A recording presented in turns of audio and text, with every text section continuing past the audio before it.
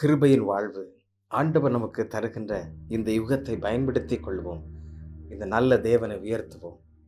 ஆம், எத்தனையோ பேர் மாற்றம் பெற்ற, ஒரு மங்களமான வாழ்வு பெற்ற இந்த அற்புதமான சுவிசேஷம் இன்னும் ஜீவிக்கிறது, இன்னும் பயணிக்கிறது. ஆண்டவரை உயர்த்துவோமா?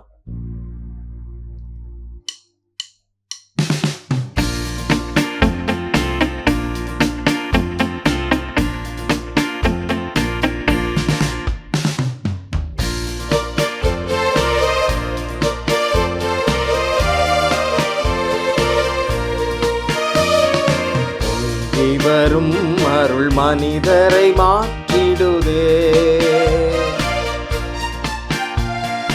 மங்கி போன மனம் புது வாழ்வில் மலர்ந்திடுதே. பொங்கி வரும் அருள் மனிதரை மாற்றிடுதே,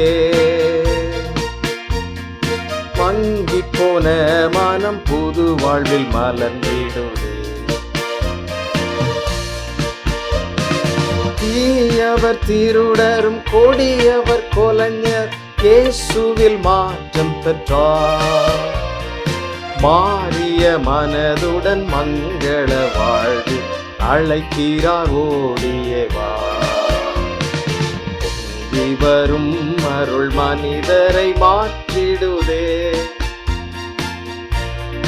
மங்கி போன மனம் புது வாழ்வில் மலர்ந்திடுதே.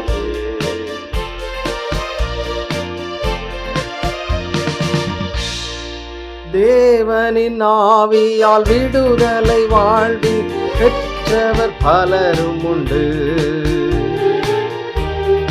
இயேசு மகாராஜன் உன்னைத்தான் அழைத்து நம்பியே ஓடியே வா. தேவனின் ஆவியால் விடுதலை வாழ்வி பெற்றவர் பலரும் உண்டு. இயேசு மகாராஜன் உன்னைத்தான் அழைத்து நம்பியே ஓடியே வா. பொங்கி வரும் அருள் மனிதரை மாற்றிடுதே, மங்கி போன மனம் புது வாழ்வில் மலர்ந்திடுதே. கிருபையின் நாட்களை தயவுடன் ஏற்றி கனிவுடன் வேண்டுகிறே.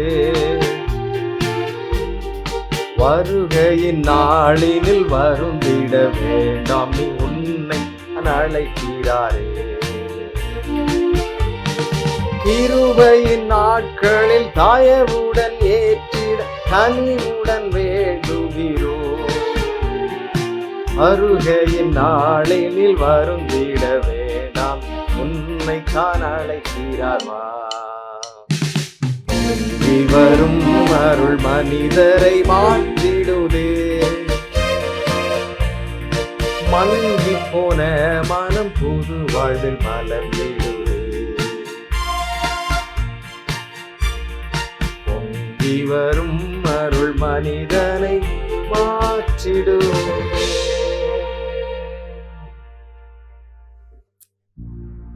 மத்தேயு 4ஆம் அதிகாரத்தில் 17ஆம் வசனம் இப்படி சொல்லுகிறது, மனம் திரும்புங்கள், பரலோக ராஜ்யம் சமீபத்திருக்கிறது.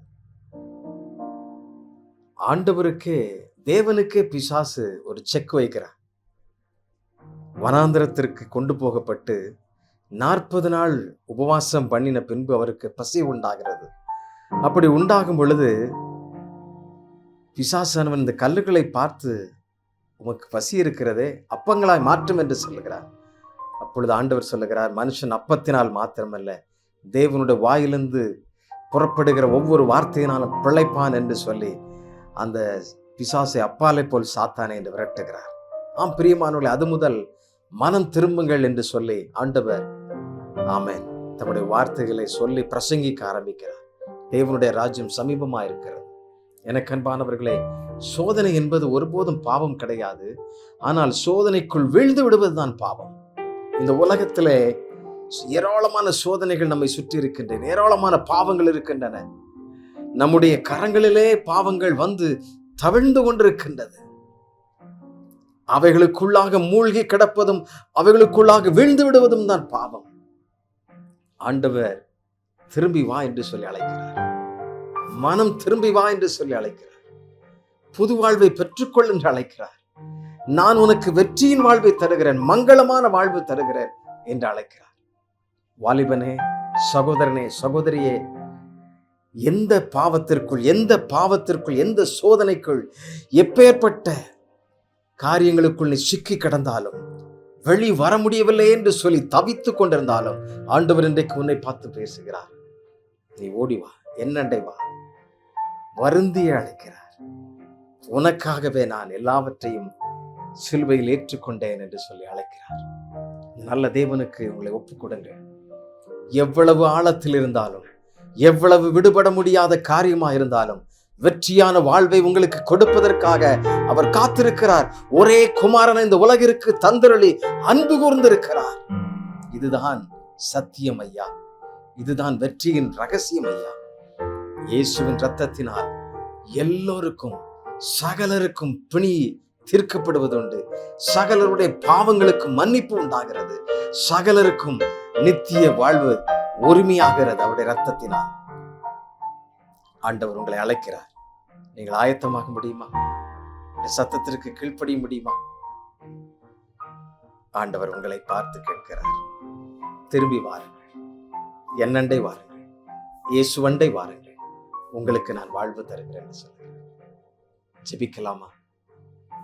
அன்புள்ள பரலோக பிதாவே, சமுதாயத்தில் பல்வேறு போராட்டங்களிலே சிக்கி கிடக்கின்ற வலைகளுக்குள்ளாக சின்ன பின்னமாய் ஆண்டவரே வெளிவர முடியாது சிக்கி தவித்துக் கொண்டிருக்கிற ஒவ்வொரு பிள்ளைகளையும் இந்த வேளையில நினைவு கூறுகிறேன். பிதாவே, நீர் சொன்ன வார்த்தையின்படி அவர்களை விடுதலையாக்கும். சத்தியம் அவர்களை விடுதலையாக்குமே. ஆண்டவரே, நீர் அற்புதங்களை செய்யும், ஒரு அதிசயங்களை உண்டு பண்ணும்படியா நான் சொல்லிக்கிறேன். மனம் திரும்பி புது வாழ்வு வேண்டும் என்று சொல்லி வாஞ்சிக்கிற ஒவ்வொருவருக்கும் இன்றைக்கு அவர்களுடைய ஆண்டவரே புதிய ஜென்ம நாளாய் மாறட்டும் அப்பா. கர்த்தர் நீர் அப்படி செய்வீராக. புதிய கிருபைகளை அவர்களுக்கு கொடுப்பீராக. இனி அவர்களுக்கு தோல்வி இல்லை ஆண்டவரே. இனி பாவம் அவர்களை மேற்கொள்ள முடியாது. இந்த உலகத்தின் எந்த காரியம் அவர்களை மேற்கொள்ள முடியாது. காரணம், நீர் அவர்களோடு கூட ஆளுகை செய்கிறேன். இந்த புதிய ஜீவன் அவர்களுக்கு உண்டாயிருப்பதற்காக ஸ்தோத்திரம்.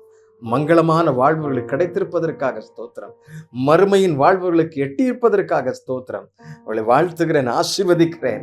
புது ஜீவன், புது இதயம், புதிய தாக்கம், புதிய எண்ணம் அவர்களுக்குள் உண்டாயிருப்பதற்காக ஸ்தோத்திரம். நீரே அப்படிப்பட்ட கிருபையை தந்திருப்பதற்காக உமக்கு நன்றி, கோடா கோடி நன்றி.